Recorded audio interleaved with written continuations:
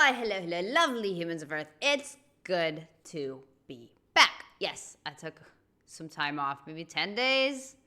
I know it was more than a week. I have no idea how long it was because I was sick for like most of it and slept for the other half of it. So I have no idea, but again, it's good to be back. I totally needed that though. Just, it's been a long couple of years. But yeah, I am back. I am refreshed. Everything is better than ever. So hell yeah. Anyway, what do I have? I literally just clicked on it. I know it's Kunk. Moments of Wonder. Episode 4, computers. That's what I think we have. If not, close enough. So let's go. Kunk it up.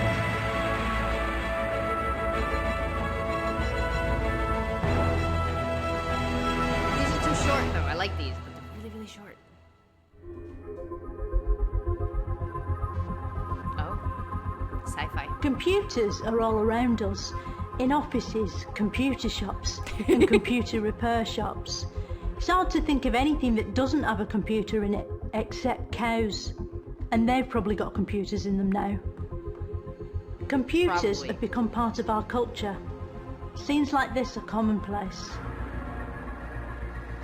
You have to ask the question, are we looking at the computers, or are the computers looking at us? Both. Even though the answer to that question is obvious, it sounds spooky. It does, because it's now true. The computer was invented by Charles Babbage in 1822, but it didn't have a screen, so no one knew what it was doing.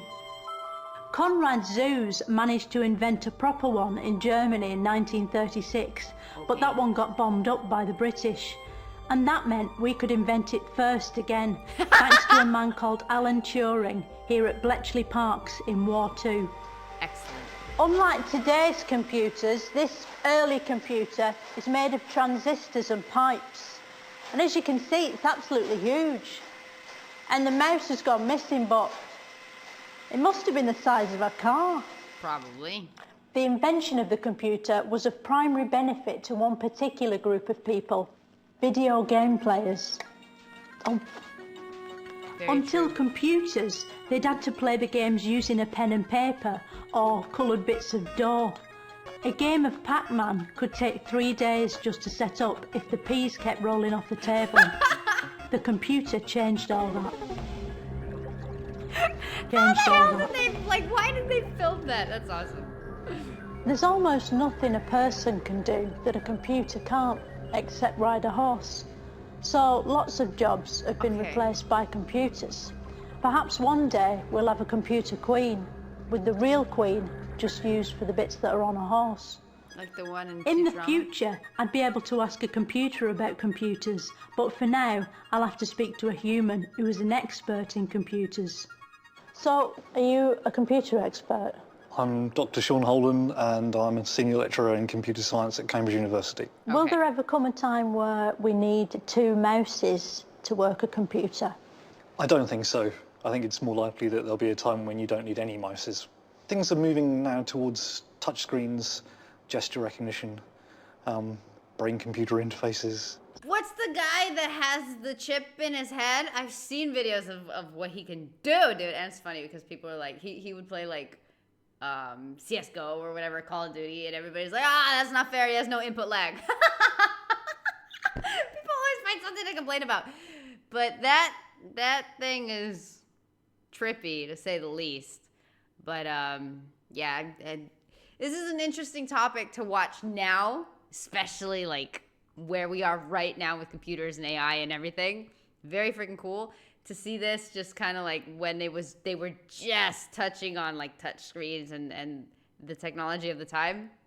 Fascinating. So what's that? It's where you can sense to an extent what someone is thinking. Like Darren Brown? Not as well as that. Right. Well, not yet anyway. Paul McKenna. You might be able to make the cursor, say, the mouse pointer go left or right. Just by thinking, go right. Yeah, that's about where the technology is. But how can it do that? How will it know? I don't understand. It's possible to get some information about what your brain is doing by things like encephalograms done in a hospital. Encephalograms. Say it again. Encephalograms. Say it again. I do that to people.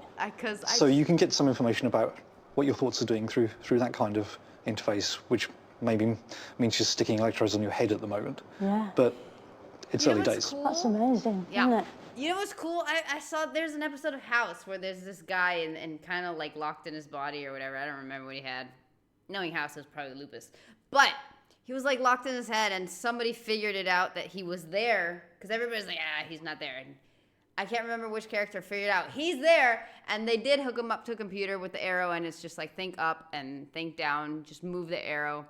And they ended up, he was able to do it after like a few days, and they put like yes and no, so up and down. And I always wondered, like, how far-fetched was that? Because, you know, when you see any, like, police show or medical show, and they go a little out there.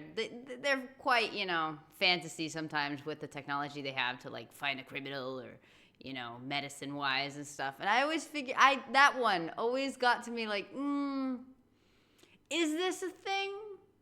And if it is a thing, like, would a hospital at that point in time have access to that for, like, you know, for patients and stuff? I always thought that part was really interesting. That episode was kind of cool. House has some weird ones, but some of them are cool. But, okay, I guess. That kind of doesn't answer the question if the hospital would have, like, access to that for that, but it's a show. Would you get one of those? Yeah, why not? Yeah, why not? Alan Turing, the weird man who discovered computers, is now a national hero, and people queue for ages to touch the Turing shroud. There are even computers made of cloud now. What next? A computer you can eat or fight? Computer music? Who knows? It's enough to make you wonder. Next time on Moments of Wonder, I'll be asking where your lap goes when you stand up. That's an excellent question. How is this over? They're so short. Damn it. There could have been so much more, too. They are tiny moments of wonder. And yes, I know they're short because they're a fragment of another show, but still, there could be more. Dang. All right. Anyway. That left me wanting more. Anyway, another time, I guess. Beautiful humans. Ta-da. Like, that's it. I'm out. See ya.